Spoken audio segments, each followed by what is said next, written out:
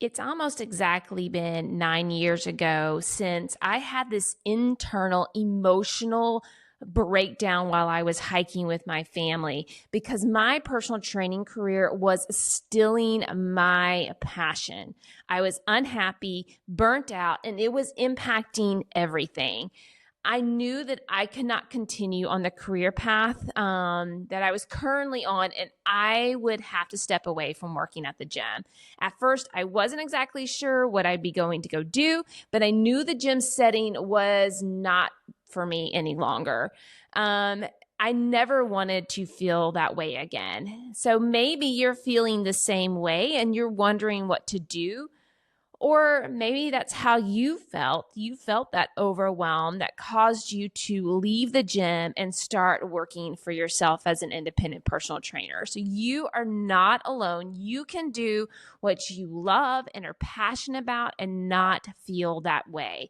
So in this episode, I'm going to be diving into my journey as a personal trainer, sharing more about that key pivotal moment and the three main reasons that I took the leap, that I left the gym to work for myself as an independent personal trainer. So welcome to the Solo Trainer Podcast. This podcast is for personal trainers, solopreneurs, those that are thinking about it or already are. And it's here where you're going to get real stories, expert advice, and coaching strategies to help you create a thriving business.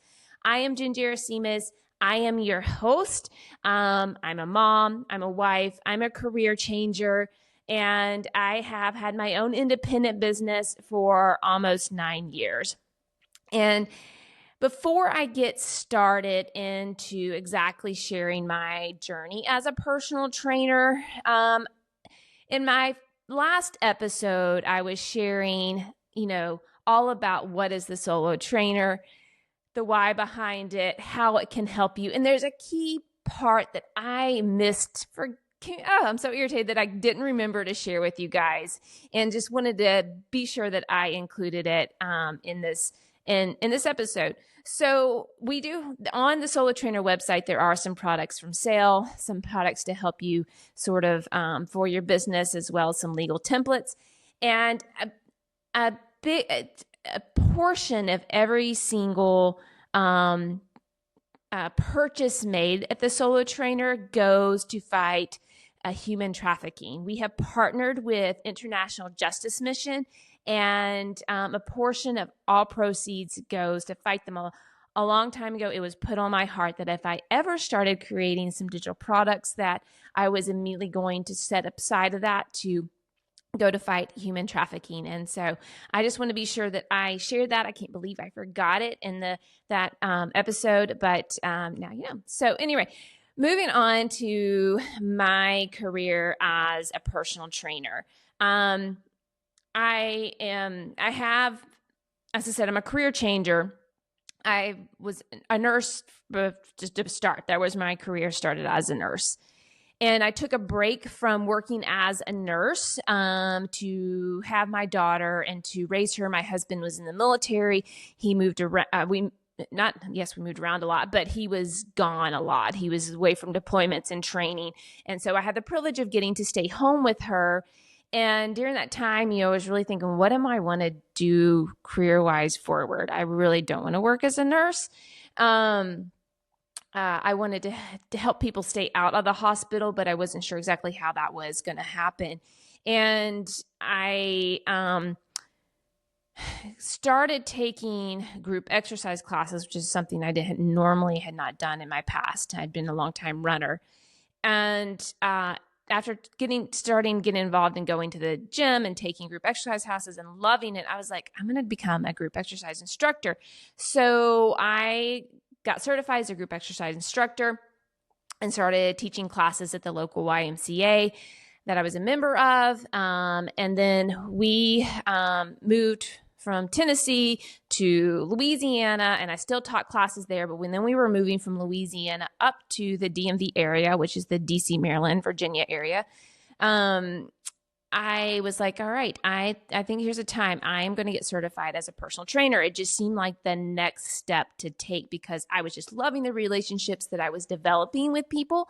And that just seemed like the right next step to take. So I got certified 13 years ago through NSAM. And we moved up here to the Washington, D.C. area. We currently live in Northern Virginia. And started working actually at a Gold's Gym. Immediately got hired.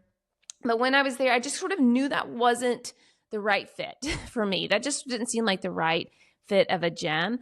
And I met the manager of an Equinox. If you're not familiar with Equinoxes, because I was not familiar with them at all until moving up into this area, it's, they're high-end gyms, fitness clubs. And I met the manager at a TRX workshop and learned about their education and how much education that they support and give their trainers. And it just seemed more up my alley, what I was looking for a gym. And so I went and started working for them. Literally, I've been at Gold's for like a month when I met this manager. And then another month later, I was leaving and starting at Equinox. And I was at Equinox over a year. It doesn't seem right. Almost 2 years. I was there a total about 3 years, I think. Yeah. So working as a trainer and then decided to go into management. When I moved to management, I was excited about it. I really wanted to help trainers build their business. And that was like the main reason that I got into it. And I also kind of wanted the next level career thing and my, career step as a personal trainer. At least what I thought of at the time was the best option. And I knew when I was moving into management, it was going to be more of a time demand. Like I understood that was part of it. It was going to be, even though I was already actually struggling with the time demand as it was as working as the trainer, because they're, building your business, the floor hours, all the other stuff, the crafting programs. And I am taking care of my daughter at home. My husband still travels, would be gone a lot for his work. And, she's, in elementary school and trying to be there and available for her, and early morning hours, having someone to come to the house and take care of her so I could get off to the gym to see early clients. But I was like, I want to take this next step into management. I really want to help trainers build their business. I want something more in my career. And so I chose, I applied and got a management position. And I actually switched gyms. I switched from the one I was working at to another location. And the one that I was currently working at had about 20-ish trainers. And then the current location that I was going to be moving to had like double. And at Equinox, I'm not sure if it's still the case. There was 2 managers over the personal training department. And so, it's great that you're not managing all those people by yourself, but that's still a lot of trainers to be helping to work with. And in that year time frame that I did management, it's like I never had a day off, really. I would be there when the club opened. I try to still get home by the time my daughter got home from school most days. Some days I'd stay even later, and then I'd get home and I'd still have hours of work ahead of me. And I mean, I loved Equinox for the education, the support, the high expectations, the programming I learned. There's a lot that I got and valued out of Equinox, but there was this moment when I was like, made me say, I cannot do this anymore. I was out hiking with my family. It was literally September of 2006. My daughter was 8 years old. And so that would have been 2017? Yeah, no, my daughter is 17 now. So that was 9 years ago. Yeah, what am I thinking about? 9 years ago. So 9 years ago, I was out hiking with my family, and it was on my day off, and I felt really horrible inside. I actually, one of the things that I was really lacking was having good family time because of this career that I was in. But I wanted nothing to do with my family, like nothing. I did not want to be there with them at all. I didn't want to be around anyone. I just wanted to go crawl in a ball and like sleep. And I had zero energy. I was not available for my family. I was like, this is miserable. And I was just having this internal struggle and with it at the time of like, I'm like telling my family, I was probably not pleasant to be around either. And I was like, I just cannot be this way anymore. This is not good. This is not good for me, for them. And it was really sad for me because I loved and I really wanted to help people and I wanted to help trainers but my job wasn't fun and it was just too much. It was way too overwhelming. And so I was like, okay, I'm going to have to leave the gym. I'm not sure 100% exactly what I was going to do. I had a couple ideas go through my head, but I just knew I was going to need to leave. And I actually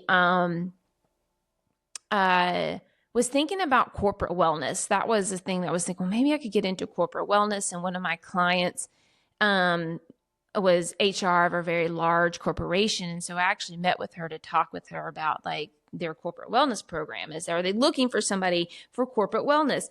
And she was really the one that was like, Jen, why don't you go on your own? Why don't you do your own thing? Where we leave, people would love for you to come to them to train them. And I mean, I'd been thinking about that, but it's pretty scary to think about going off on doing your own business. But she just gave me the nudge that I needed. And it did seem like the best fit that was going to be for my family. And so there are 3 main reasons that I decided to leave. The first one was I wanted to get my time back. I had no balance of time from having, being at the club early. I'm more of an early person anyway, to train clients till the afternoon, trying to fit a workout in there somewhere, get home, take care of the family, still plan for clients, follow up with clients, all that sort of stuff, meet the demands at this club, because I wanted to make a certain income and you've got to get so many training sessions in per week. And I understand all their, the stuff behind there's a lot behind the scenes that we do. Right. And not to mention with management, I just constantly had, like I said, I had no time. My days off were my days off. I was supposed to have Thursdays and Saturdays off, and they were not my days off. I was always having to work and take care of things so I could stay kind of caught up. So first off, I wanted to get back my time. The second main reason that I left the gym is because I wanted to make more money. Now, this isn't the biggest main reason. Number 3 is the biggest main reason that I left. I think honestly, if reason number 1 and number 3 weren't there, the money thing wouldn't have been that big of a deal in a way. Sure, yeah, I feel like I should make more, but if I feel like I had my time and I feel like number 3 was in a much better place, then the money situation, I don't think it would matter because I actually really enjoyed being in the gym. In fact, I was really, when I handed my resignation letter to the manager of the club, like I was in tears handing it to him. And he's like, this happens. I was just so sad that this is how it was turning out. I didn't want it to. I wanted to stay and be a part of a team and a club and be a part of something bigger, but it just was not feasible. And that's what really, I think, hurt me the most. But going back to the money situation, I felt like, yes, I needed more money for my time and investment in what all I was doing. And felt like I wasn't totally getting paid with what I was worth. Now, as someone is on an independent trainer and working for myself, being a self-employed person, I sort of understand more why gyms can only pay their trainers so much. Now that I understand business finances and all that more. Regardless, I still wanted to be making more money for my time. So the third main reason that I was like, I cannot stay at the gym anymore is because I wanted to regain my energy. As I shared with you, I didn't want to spend any time with my family. I just wanted to like go be by myself and sleep. And, it's like because you put all your energy into work and you have nothing left for friends or family afterwards. I mean, there's times I look back at photos and memories and trying to get together with friends, and I'm just like dead inside. Like I'm just supposed to be having fun and enjoying myself, and all I'm thinking is I'm exhausted. I just want to sleep. So I was losing my passion. My energy was causing, my loss of energy caused me losing my passion for my client, to help my clients, my passion to help my trainers, my passion to spend quality time with my family, my passion to be a wife and a mom. And I was like, this is not good. I'm going to have to make a change. This is not working. So, as I shared, as I had met with that one client, she gave me the nudge of like, hey, why don't you go out on your own? I decided to make that leap. And so in my last, few months, timeline wise, September is when this emotional time happened. And I'm not exactly sure, maybe it was October, November when I was like, okay, I'm going on my own. And I started on the path before I left the gym to start setting that up. I started setting up my business entity, starting to get legal documents in place, starting to get a website going, all that.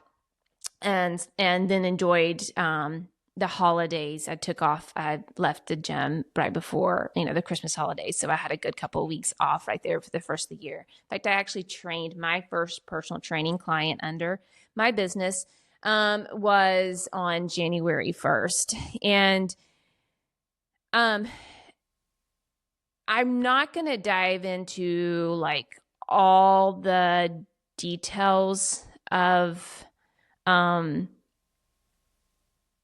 the business, and because this was not my first entrepreneur gig. So I want to share that with you. I have actually along the ways from I don't know, many years back when my daughter was young. Before that. So I worked as a legal nurse consultant for myself. So I have tried many times of working for myself in my entrepreneur journey. I actually have a video on YouTube. So you can find a link if you're curious to hear my entire entrepreneur journey and the lessons that I've learned with it. So when I started on my own as a personal trainer, independent personal trainer, I already knew the steps I needed to take to get myself set up legally, to get myself for financially, all that in place. And so that's, I'm fortunate. I find that those lessons I learned in the past help me, but I understand that's not, most people don't have that experience. And so that's why, I have the solo trainer. And so I'm going to pause here to say that if you're someone and you're like, I don't know what to do about starting my business, I haven't, whatever, go on the Solo Trainer website and get the guide book with the checklist, the Solo Trainer guide and checklist. There's also going to be links, of course, attached in this. And it's a freebie. It gives you all the actions that you need to take to start your business, to start, to run it, to thrive in it, to manage it, to grow it. So you'll definitely want to get that free resource. So check that out, because this is everything that I wish I knew before I was starting a business. And I've put it in a beautiful package for you to have. So be sure to check that out. So, my journey as an independent personal trainer, like I said, I started January 1st. And that first client I trained was actually a referral to me. Referrals are the number one way to go. And that's how my business got started. I had actually emailed all my clients, and there was a 90-day non-compete clause at the gym. And so I'm not going to steal and poach anyone. I think that's kind of, those sorts of situations are starting to go away now. But I was not going to steal and poach anyone. I was going to abide by that out of respect of the organization that I was just working for. But I had emailed them all and I said, hey, I'm going on my own. I'd love testimonials. So it was a great way to tell current clients, former clients, even though a lot of them knew why I was leaving, but former clients that I had left, and that I was going on my own and asking for testimonials and say, hey, I'm trying to build my business. Do you have any referrals? And that's where my first few set of clients came from. And then it was just getting out, trying to get involved. I was traveling at first. Where we were living, it was just traveling. I had my bag of all my gear, and I was going to people's homes. And and I was just trying to see what other kind of connections of people that I could get in order to grow and build my business. And I was finding some connections, and I knew that my clientele all lived in a specific area, up in this area where one Equinox that I worked with at and stuff, and not where I currently lived, was, they all lived and worked in this area. That was my demographic of people that I was looking for. And so not where I currently lived, and we were renting at the time.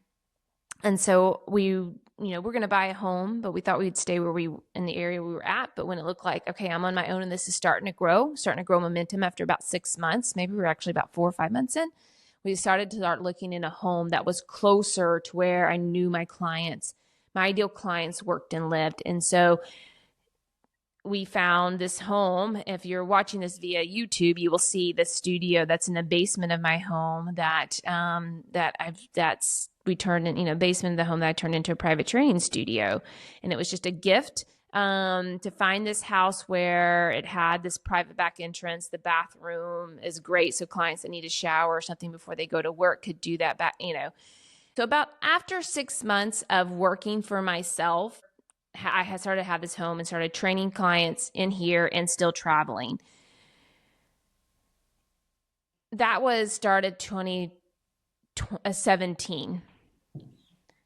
It took about the 3-year mark. So we're starting now at 2020's beginning into 2019 when I started really making the money that I wanted to make going independent. And that's what I've heard sort of the norm. When you go on your own, it does take a while to build your business when you're in a gym. And when you're working for yourself, it takes time to build your business also. And so I've heard usually like 3 years kind of is the point when you actually are making the money that you want to be making. And it was really around year 5 when I really had that consistent new client base that was just like my people, like my people. The pandemic obviously happened in there, and that was a big hit. Some of my clients went virtual, some of them did not, and some of them finally, there's those that didn't want to do virtual did start coming back slowly, and when we felt that it was right and best. And so now, as I'm approaching the end of year 8, I am totally maxed out. I was glad to share that I'm glad that the pandemic ended my traveling. And so that, allowed situations where now I could start building my business more here in my studio. And it has just grown and exploded to the point where I have people that are interested, but I have no space for them. And I am just maxed out on clients. So it's a good problem to have at this point. I'm still working really early morning hours. My hours are between 5 and noon. Some days I start at 5 with clients, some days at 6. That means I'm getting up at 3:30 or 4:30 because I still get up before, and I've got a whole routine in the morning. So my personal training career has had its total like ups and downs. And there's a lot that I am skipping as far as things that I've tried and I've done is from health coaching, hiring other coaches, worked with assistants. I've done a lot of different things to try for my business to figure out what I wanted my business to be, which is one of the beauties of working for yourself. And so if you're curious about everything that I've tried, again, check out that video that I did about my entrepreneur journey. And that can give you some more details on that. But ultimately, I think what I have found and discovered that I just like working with personal training clients as much as I've tried health coaching, nutrition, wellness, crafting programs for people to do on their own. Just working one-on-one is just what is best for me, works best for me. It's what I love. But like I said, what's great about being your own boss is you can make this look however that you want. And so, as I kind of like wrap up my journey, if you are one of those ones that are like feeling the same way, how the gym does not seem like a good fit for you and your lifestyle, especially if you have a family at home, where you're trying to balance being there from them. There is other options than just working for a gym. And working for yourself may be the best option for you. And it's scary to do, but well, worth it in the end. And if you're one of those that's been starting as a trainer or working on your own and you're struggling, I'm here for you for that. It is a struggle. It is a grind. There is a lot of work involved into it, and it does take some time. And sometimes you got to figure out what exactly is causing the holdup of the growth of your business. And so you kind of want to evaluate what are you doing that's not causing that to be successful. So in the next episode that I'm going to be recording, I'm going to be sharing those 5 key things that I did to create a successful and sustainable business. And so if you're watching this on YouTube, right up here, hopefully that's when that podcast video comes out, it'll be right there. But if you're listening to this on Apple iTunes or Spotify, we'll make sure to have the link below, or just click to watch the next one once that comes out. So, again, I encourage you to, if you haven't already, if you're thinking about going your own, or even if you've gone out on your own and you're struggling, to pick up that free solo trainer guide and checklist that's going to give you all the actions. There's over 30 of them, which is a lot, but it really covers everything that you need to make sure you for having a successful business, from starting, launching, running, managing, all of that. So you want to be sure and grab that freebie. All right, guys, till next time, here's to the great that awaits.